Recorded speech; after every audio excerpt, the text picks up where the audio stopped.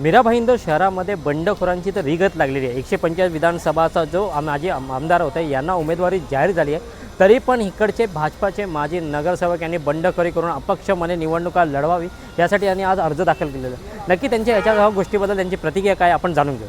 बघा, मी माझे जेवढे आपले सर्व सहकारी आहे, जेवढे सामाजिक संस्था आहे, जे आपले राजस्थानी माझे जे सर्व सहकारी बांधव आहे, सर्वांचे माझे शुभचिंतकांची ही इच्छा होती की मीरा भाईंदर शहरामध्ये जे विकासाची गती जी थांबलेली आहे त्याला कुठेतरी पुढे नेण्यासाठी तुमच्यासारखा एक चांगला आणि अनुभवी आणि मी इतक्या वर्षापासून नगरसेवक स्वरूपाने काम करतोय, तर त्यांची सर्वांची इच्छा होती की बाबा तुम्ही पण एक आमदारकीचा चुनाव म्हणून एक नेता म्हणून तुम्ही लढावा।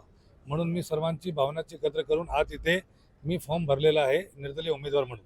सर, तुम्ही सांगितलं की विकास थांबला होता, पण सत्ता पालिकेत तुमचीच होती, आमदार खासदार आपलेच होते। नाही, असं सांगू शकत नाही। बघा, पालिकेमध्ये जरी सत्ता आमची असली तरी आमदार तुम्हाला माहिती आहे इंडिपेंडंट होते आणि दोघांचा तुम्ही जे आहे ना, पूर्व आमदार आणि आता आजी आमदार तुम्ही सर्वांनी शहरांनी बघितलेलं आहे।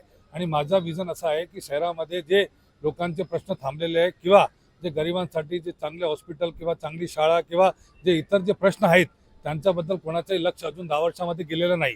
तर मी लोकांपर्यंत माझे जे विजन आहे शहरासाठी, जी माझी जे गरिबां किंवा बाकीच्या इतर गोष्टींमध्ये जी माझी इच्छा आहे ती घेऊन मी सर्व लोकांकडे जाणार, सर्व शहरवासियांना मी दाखवणार की माझं विजन काय आहे आणि त्यामध्ये जर सर्वांना जर उचित वाटला तर ते मला निवडून देतील। कोणत्या मुद्द्यांवर तुम्ही निवडणूक लढणार आणि जर दबाव आला तर तुम्ही तिकीट म्हणजे घेणार? नाही, दबावाचा विषय असा आहे की बघा, मी तुम्हाला एक स्पष्ट सांगतो की माझे सहकारी, माझे जे सर्व जे शुभचिंतक हितचिंतक माझे सर्वांनी जे माझ्यावर विश्वास टाकून जे मला ते उमेदवारी अर्ज भरायला लावला आहे, तर मी सर्वांना विचार करून सर्वांशी बोलून जे निर्णय होईल ते मी वरिष्ठांची चर्चा करून, कसं आहे की मला शहराचा जे विकास थांबला आहे किंवा शहरामध्ये जे पाठीमागे जे भ्रष्टाचार पालिकेमध्ये आणि इतर जे गोष्ट शहरामध्ये चालली होती, जर त्यांच्यावर कुठेतरी जे आहे ना त्याचा स्टॉप होईल किंवा ते थांबतील तर मी वरिष्ठांबरोबर चर्चा करून जसे माझे वरिष्ठ किंवा माझे जे इतर सहकारी सर्वांवर मी जे चर्चा करून मी शेवटचा निर्णय घेईन।